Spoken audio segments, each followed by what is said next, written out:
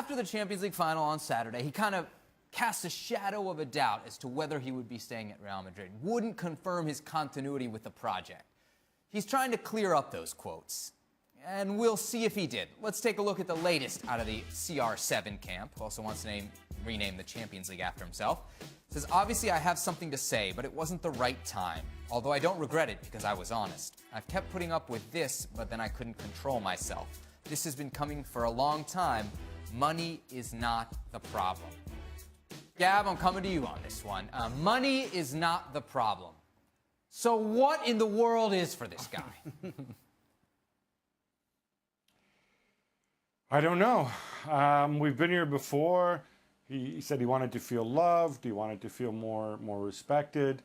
I think he also said he's gonna make an announcement on June 4th when he meets up with Portugal.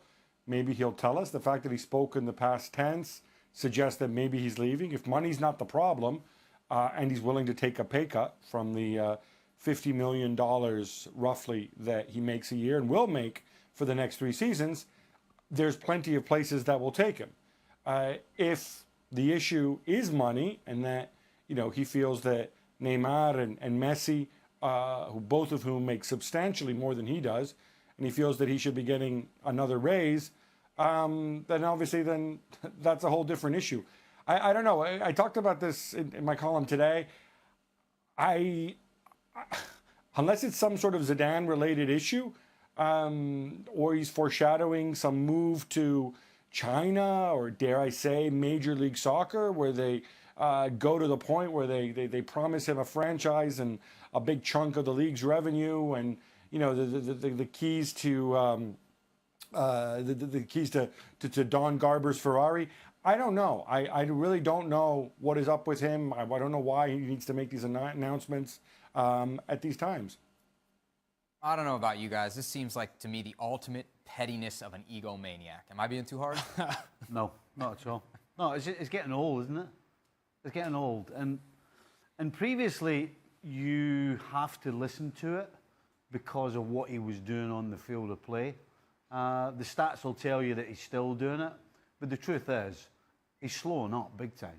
And so it just doesn't carry the same weight for me as it had previously. And you have to wonder, does the owner or does Perez realise that Ronaldo's on the wane? And does Ronaldo realise not only he's on the wane, but he's got a 3-year nest to sit on if he wants. So it just doesn't carry the same weight for me anymore. Of all the things that Ronaldo said in his quote, the latest one, the only thing that really carries any sort of importance for me is the fact that it was not the right time. It wasn't the moment in which he started talking about his future in Real Madrid was just seconds after winning a title with Real Madrid. So the celebration should be with the teammates. The moment should be celebrated by the fans, with the fans, and with the teammates. This is a team accomplishment. The moment you bring this up, he knows, we know, the fans know, everybody knows that then the storyline becomes Real Madrid won. However, what's going to happen with Cristiano Ronaldo? And that, whether he meant to do it or not, and I think we can all agree that it feels like he meant to do it, and that it was in his way, his statement of saying, I'm still the guy that should carry the headlines here. It is not only unacceptable on his part, but it's something that people should hold him accountable for. It is... Who can hold him accountable? Well, but who can hold him accountable? At some point, the people that love Ronaldo can also take an objective look at what this was. And this was an attention-getting moment. Yeah. Rather than, this is all about Real Madrid. This is about what we have accomplished. Now I'm going to make it about myself. And for those who do not like Cristiano Ronaldo, this is blood in the water. This is because it feeds into the rhetoric, it feeds into the storyline of what we think Cristiano is like. But when he does things like this, it becomes a certainty. He's just doubled up on it as well. Yeah. Because we've got Gab telling us now, he said he's going to make another statement in June or something. So he hasn't learned. He's coming out as if to say, well, I shouldn't have said it then. And then he doubles up by making another statement that He thinks everybody's going to be hanging on to every word he has to say. Coming up. Go ahead, Gab. No, I was going to say, what I find most frustrating here is he says, well, I'm being honest and whatever. The worst thing that can happen to Real Madrid, if you care about Real Madrid, and he's put a lot of blood, sweat, and tears into Real Madrid, if you've got something to say, come out and say it and be clear about what it is. All right, you've said it's not about money. What is it about? Is it about your position on the pitch? Is it about respect? What is it that you don't like? Ideally, in the normal world, in the grown-up world, you would send George Mendes, or you sit down yourself and you would speak to Zidane or Florentino or whoever you would speak to. Now, maybe they've done that and we don't know about it, and he feels the need to go public. But if you're going to go public all the way. If the problem is not money, and it's not that you want to raise because you think that you should be making as much money in Neymar and Messi, then come out and say what the problem is. Because I'll tell you what, if you don't go out and you don't make it clear, then people will speculate, and they will speculate, and they will come to bad conclusions about you, like two guys in the studio just did, and they're going to assume that this is some kind of mystery babying, and it's not going to help you, and it's not going to help Real Madrid. Guys, Cristiano Ronaldo knows he's 33. He knows he didn't score in the Champions League final, and he also knows that Gareth Bale scored a golazo in the Champions League final. Is there a hint of jealousy here, you think? I'm going to say no, because I seriously don't think he's jealous of anybody. Even somebody stealing his moment in a Champions League final? Not really. To him it's just, well, for once it wasn't me, but you know what? I'm Ronaldo. So I don't think he's jealous. I just think every single opportunity that he has to promote himself and make it about him, he does it. He takes advantage of it. Yeah, I don't think it's jealousy that Gareth Bale scored the goal, but certainly Ronaldo would have loved to have been the one scoring the bicycle kick, right? So let's not kid ourselves. Cristiano Ronaldo likes himself, and that's fine. I'm not criticizing Cristiano Ronaldo for liking himself, because that's part of what makes him who he is as a player, and what he has been, and how spectacular of a talent he has been for so many years. My problem is when you take it a step further. My problem is when now you certainly just make it about yourself and undermining the importance of the achievement of the team. And in the Gab, let's continue down that pathway, because in the moments after the Champions League final, Bale comes out and essentially flings the door open to an exit. What's the latest there? Yeah, look, there's another one. And you know what? Hey, can I just say, if I can make a little detour for a second, I have so much more respect and admiration for Zidane, because beyond the 3 European Cups, he's got to deal with this kindergarten of Galacticos that on the day they would come out and say this publicly. Like he couldn't have waited 24 hours to come out and say, well, I'd really like to get more playing time, and if I don't get more playing time, I'll have to consider my position. First of all, you just signed a contract through 2022, and you signed a contract when you weren't getting playing time because you were injured. All right, so that's the first one. Secondly, you couldn't wait 24 hours. You couldn't wait for the next day to come out and say this. No, let's pile on. Well, Ronaldo said it. Oh, I'll go say this too. I might leave. I'll tell you what, Gareth Bale had a chance to leave last summer. He was strongly linked to Manchester United. By all indications, he's the guy who wanted to stay in Madrid. He stayed in Madrid. He played very well in the final. He's a very good player. His place in the starting 11 is not guaranteed, because Real Madrid have phenomenal players. And also, by the way, because in the last 3 years, he missed roughly 50% of their league matches.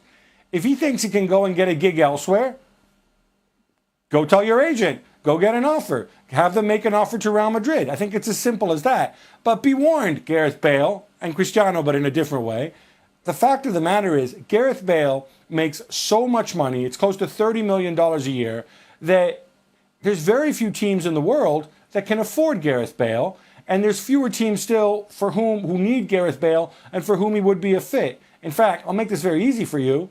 It's really still only Manchester United. And now that they've signed Alexis Sanchez, I don't see how they're going to go and move for him, because, if anything, United's issues are further back on the pitch. The other thing here, what's been coming out is that Bale doesn't appreciate the fact that Zidane says, look, you need to work hard, you need to track the defender, you need to go and help out defensively, ostensibly because Cristiano doesn't have those responsibilities on the other side. If he thinks Zidane is too demanding of him defensively, I can only imagine what he's going to think if he were to play for Jose Mourinho and Jose Mourinho asked him to track back. So Gab's saying, what, $30 million a year and maybe like €100 million. Let's throw that number out there, transfer fee. To me, if you spend that much money on a guy, you need that guy. Does Manchester United need Gareth Bale? Yes. I don't think Manchester United is in a position where you turn down a player like Gareth Bale. Now, they need other areas more so than they would Gareth Bale. But when you have a player like that can do what we saw in the final, that has this amount of talent, the question for him is not talent and ability and skill and all the things that he can bring to a game. Gab alluded to it. It's staying healthy, staying fit, being ready to play, being available for selection. If he is that, then yes, a team like Manchester United could have a whole lot of use for Gareth Bale.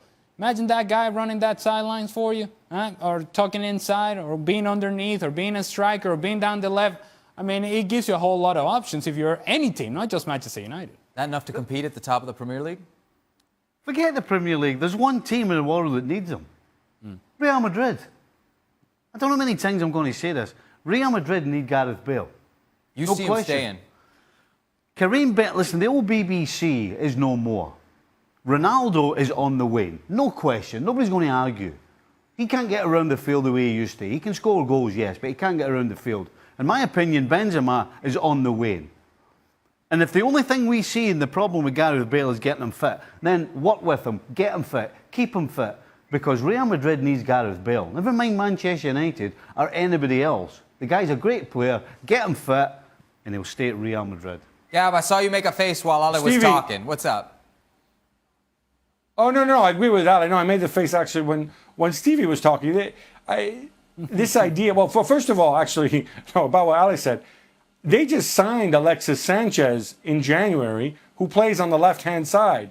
I don't know that Mourinho needs another headache. One thing that we need to remember with Manchester United, yes, they can afford Gareth Bale. They're the wealthiest, if not one of the wealthiest clubs in the world. But they don't have infinite funds. If they're going to go and sort out the defense and get themselves another midfielder, they're going to want to get good ones who are really, really expensive in the current market. So I think it's a question of resource allocation. Do you go and spend your money on Bale and then go through the season again with Jones and Smalling and Young and all this nonsense at the back? Or do you try to build the kind of team that Mourinho's been known for in the past? As far as Real Madrid is concerned, with Gareth Bale, the guy's 28 years old. If you can cash in, you cash in now. You've got Asensio, you've got Isco, you've got whatever center forward they're likely to bring in to replace Benzema. I mean, you can only play with so many attacking players. And this is a guy who, as Ali mentioned, has missed 1 and 2 league games over the last 3 seasons. Fabinho from Monaco for reported €40 million. What else can you tell us about the move? Well, obviously, there's a player who's been linked with a number of clubs for some time. I think he really fits the profile of what Liverpool wanted to do. I think they moved very quickly, obviously, and they kept this on the lowdown. Seems like a lot of money, but for 24, you're getting a guy who's 24 years old. You're getting a guy with a good pedigree. You're getting a guy who can play both defensive midfield and right back if necessary. And he's used to a pressing system, having played that under Jardim. I think between him and Keita, they can let Emre Can go. And I think Klopp's going to feel pretty good about that midfield next year. Stevie, you've held Liverpool's midfield three all season, kind of the collective. Yep. You think Fabinho's a good fit? Yeah, absolutely, yeah. Do you think he'll start? It's possible. There's no... I mean, we just don't know when Oxlade-Chamberlain's going to be right. Definitely needs choices. No Chan. Henderson's had his injury problems as well. Fortunately, Keita's coming in. So I think this is a great signing. This guy, as Gab says, is not stuck to one position. He's a football player. I think Klopp likes football players, people that he can move around and they'll still do as good a job wherever you put them. So I think this is a great signing for Liverpool. It gives you depth. It gives you flexibility. It's a step forward for Liverpool. But we know there are other areas where Liverpool should pay attention to. This is only step one, I suppose, but certainly there are other things that I know Stevie Nicol is anxious to make sure that this team gets right.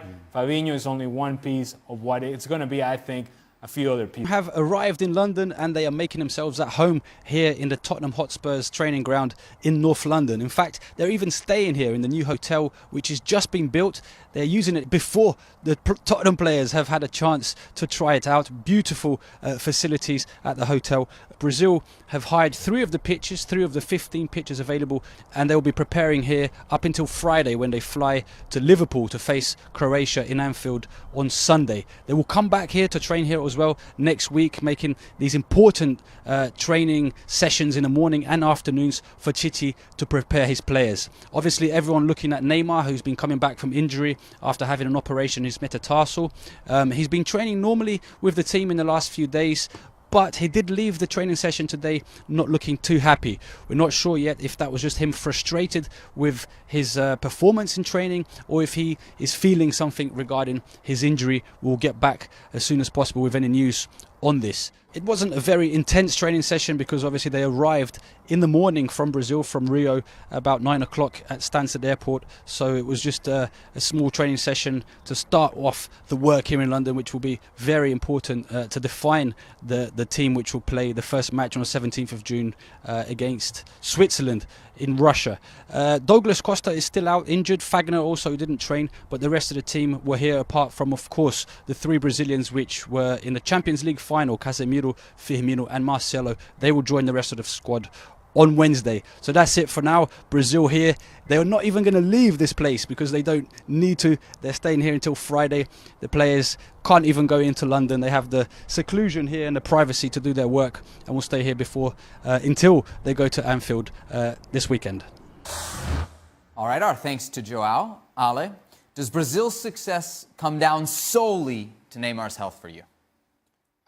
Depends on what you call success. Winning it all. Well, yes, you have to have Neymar healthy, not only healthy, but playing at a high level and producing the things that he can produce for you on the field. Once you get to that semifinal stage, these teams are the top of the top, the best of the best. And so how do you separate yourself between those teams? You have to have a guy like Neymar that provides a moment of magic that may just put you over the top. And that's how Brazil wins the World Cup. They need Neymar at his best. Evie? Neymar at his best, certainly if needs be, would tip the scales in a tight contest. But quite frankly, when you look at the squad they have, you look at the talent they have going forward, if something did go wrong with Neymar, I'm still not putting my money on anybody else other than Brazil. Really? The Yes. problem is, Stevie, that the last time that Neymar went out in the World Cup, as we saw in 2014, the wheels fell off the wagon.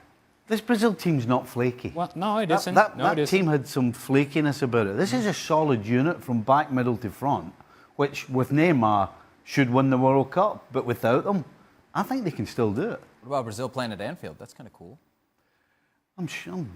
Hey, I don't care who plays at Anfield. It's cool to play at Anfield. Okay. Oh. That's a Only great the legends, response. all the legends play. Curator with the former England striker Paul Mariner. We begin with Ronaldo. Now, Ronaldo to leave Real is the topic. However, here's a couple of things for you. A €1 billion buyout clause. Ooh. Yeah, under contract till June 2021. This isn't as obvious as it seems. No, After no. his comments following the game at the weekend. Right. Well, to be fair to Ronaldo, he was pressed on multiple times about, pushing him. What are you doing? What are you doing? And he sort of he threw it out there. Eventually, after about the 20th time, he was asked the question. So, I don't read too much into his statement. I think that for the factors that you've just mentioned, that's a big ask for any club in the world. I know he's a massive draw. I know you'll sell a lot of shirts and blah blah blah and so on and so forth. But you factor in the football side as well. I think he's staying. I just cannot see him leaving Real Madrid. And it's going to be Real Madrid's call. It's not going to be his call. There's very few clubs that could afford him as well. Now, if he was a 25-year-old with the majority of his career ahead of him, then that's different. Oh, different. You pay something, you're not getting it back from another club in another transfer later on. So we'll see with that one, but is it a hit or a miss for you? This is, for me, at this present moment in time, is a miss. Now, there's a correlation between can you afford Ronaldo and can you afford Gareth Bale. Yes. His comments straight after the game were very interesting. He's basically saying, I want to leave if I'm not playing. Right. Okay? I'm glad Manchester United would have to spend a fortune. I'm glad he said that, Mark, to be honest, because, look, we don't know the inner workings at Real Madrid. Zidane has got everything right. Every single card that he played, he's played it right. But if you look at what's happening with Gareth Bale, people want to see him play. You can see what he does, the impact that he made at the weekend off the bench. I agree with him, he should be playing football. Now, where is he going to play that football? Will he go to United? Will he go to Tottenham? Will he go to Chelsea? There are clubs that would welcome him with open arms. Many clubs would welcome him with open arms. You know, there's also rumoured Bayern Munich may be interested in PSG. So he's got a lot of offers. What about a swap with Hazard at Chelsea, plus obviously some cash? Look, it's in theory it's a fantastic deal, a fantastic idea, but I think the Chelsea fans, with this Willian stuff floating around for him going to Manchester United, if you've got Hazard and Bale playing in the same team, I think that'll lick your lips time for the Chelsea fans. So I'm a little hesitant to say that this is going to work at Manchester United. I'm not quite sure. I think he's a complete game changer as far as the way that team would play. But I'm going to say that Gareth Bale to Manchester United is a miss. By the way, if I give you a blank checkbook, Yes. and you could Again. sign, you could sign only one of them, which one would you sign? Between Bale and Ronaldo, no contest, Bale. Me too, for longevity. Yep. I mean, Ronaldo's a better player, but anyway, Alisson to Liverpool. Yes, yes. Buffon's available. They need a goalkeeper, right? Buffon is available, but he's 40, and PSG are pretty close to that. Alisson's keeping the Manchester City goalkeeper out of the Brazilian national team. Would you have him at Anfield? I would have him tomorrow at Anfield. I think he's a fantastic goalkeeper. I think he's got everything that Klopp wants. He's commanding in his box. His distribution's excellent. They love him at Roma, but the Roma, as we know, have sold players to Liverpool before. I think he's a fabulous goalkeeper. Look, it's sad what's happened to Karius, and I'm sure he's going to be playing again. I mean, just not for Liverpool. There's too much water under the bridge. well, it's going to be hard for him. I mean, in between his ears, it's going to be very So difficult. this is a hit for I think I like this idea for Liverpool. Yeah, Do you think Sarri will leave ESPN FC? I think he most certainly will. You think he will? You think he's had a couple of weeks think since so. leaving Napoli with us and decided. So does he go to Chelsea? The reason that he's up there today is because the bookmakers in the UK have got him heavy odds-on favourites. Yeah. Chelsea still have a manager though. They do, but that's never worried them in the past. Has it? You know, they're a little bit cutthroat to say the least. I think with Sarri, I think, as you say, Mark, I think it's a done deal. I think it's just the semantics. I think it's, money and how long is the contract, how much is the contract, and so on and so forth. I don't think that he's not going to be hanging about too long, Sarri. You don't leave He'll Napoli have, without having something to go to. exactly, and he's got other offers. So Chelsea have got to play this correct, and they've got to play it quickly. So I say this is a winner. He's playing it well as well because Zenit supposedly interested. Now, Christian Pulisic to Spurs. Where does he fit in at Spurs? Because do you play him ahead of Eriksen? Do you play him ahead of Ali? No. Do you play him ahead of Son? Lamela? I mean, he's going to start. Look, so. my initial reaction to this with Pulisic, and I've said this many times when teams have come in for him, stay where you are. You're in a great position. Keep learning your trade. Still only a young kid. He's playing European football, playing Bundesliga football, top level football. Do you come to Tottenham and learn your trade under a fantastic manager? The security there, the manager just signed a new 5-year, I think it was. He's coming to a great situation, great training facility, London, the whole shooting match. It would be a great move for him. But he's fine where he is.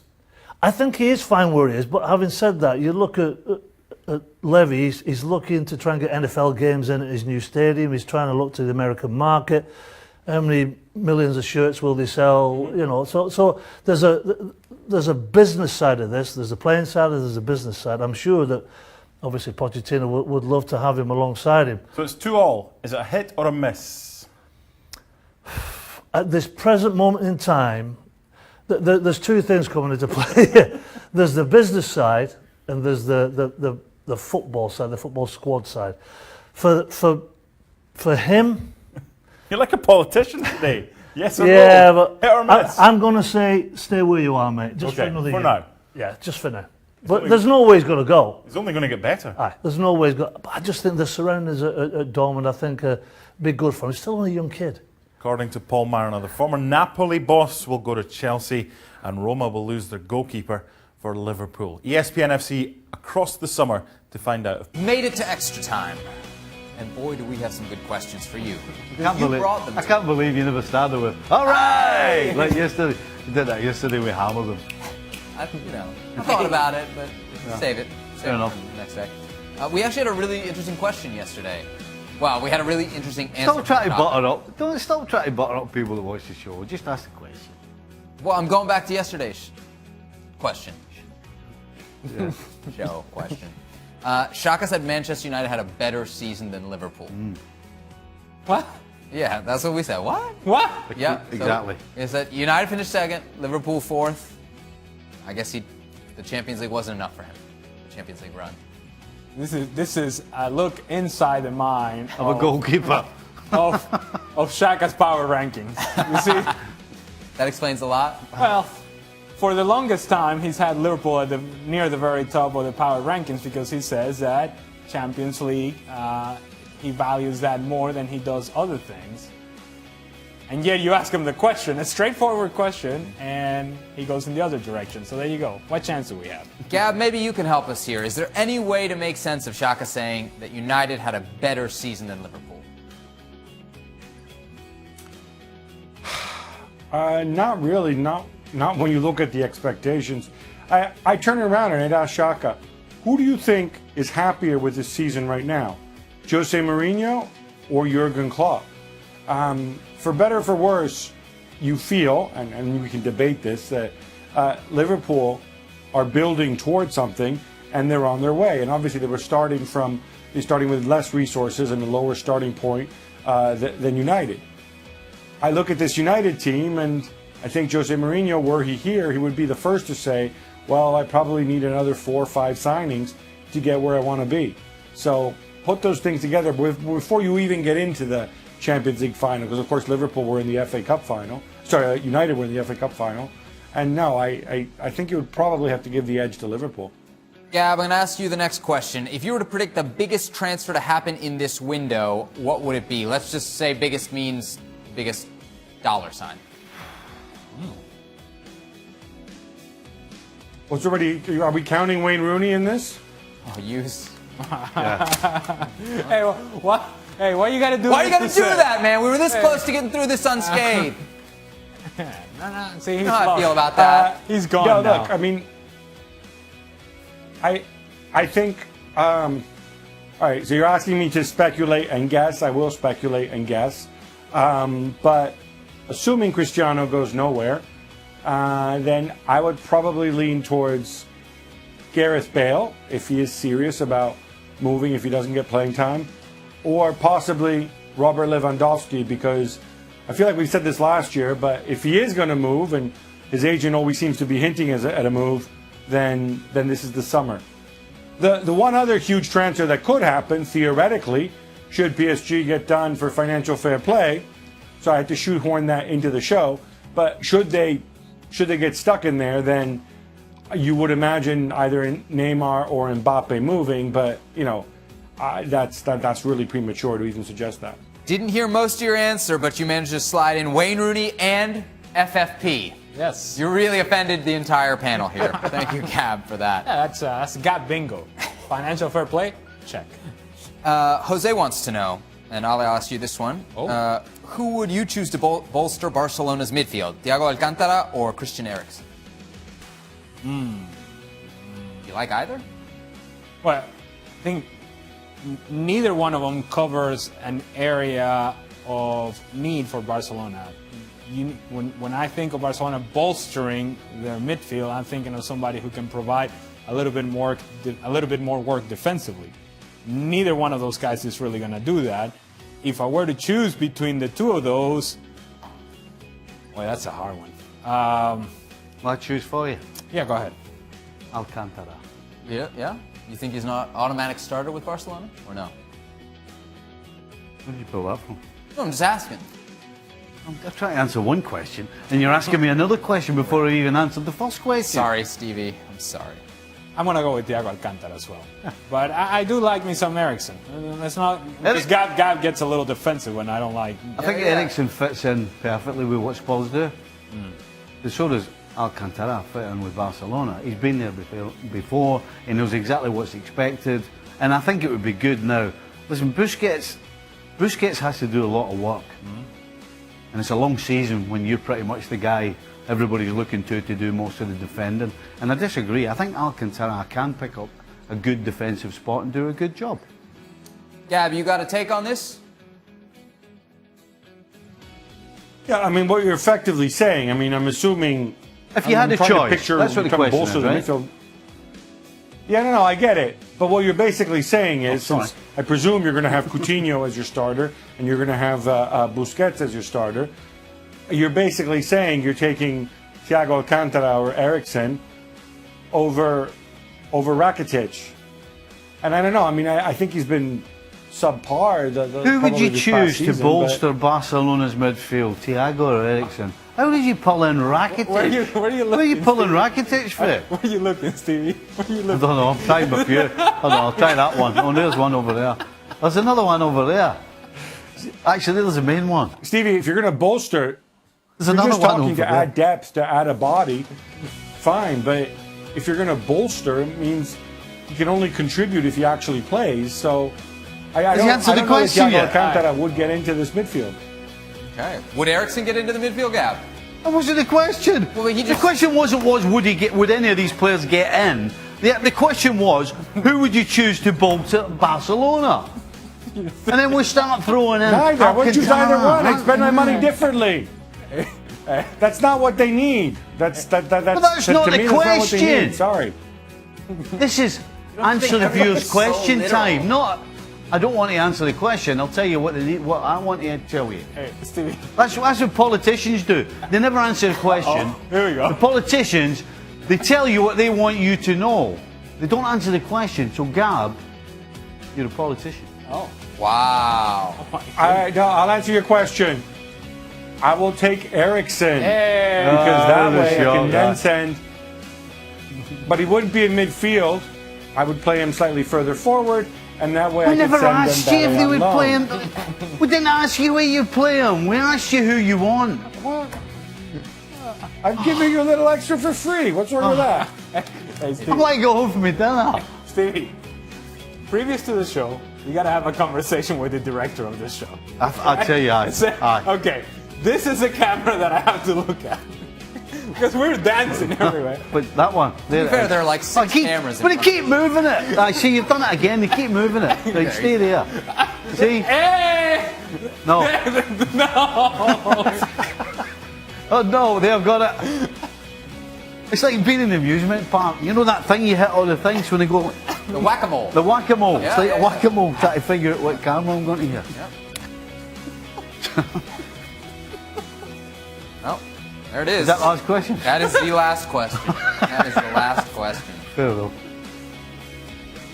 We'll be with you the rest of the week here on ESPN FC. Oh, we will. Well, you guys will. I won't be. But, Oh, you see something bitter about that. I'm okay.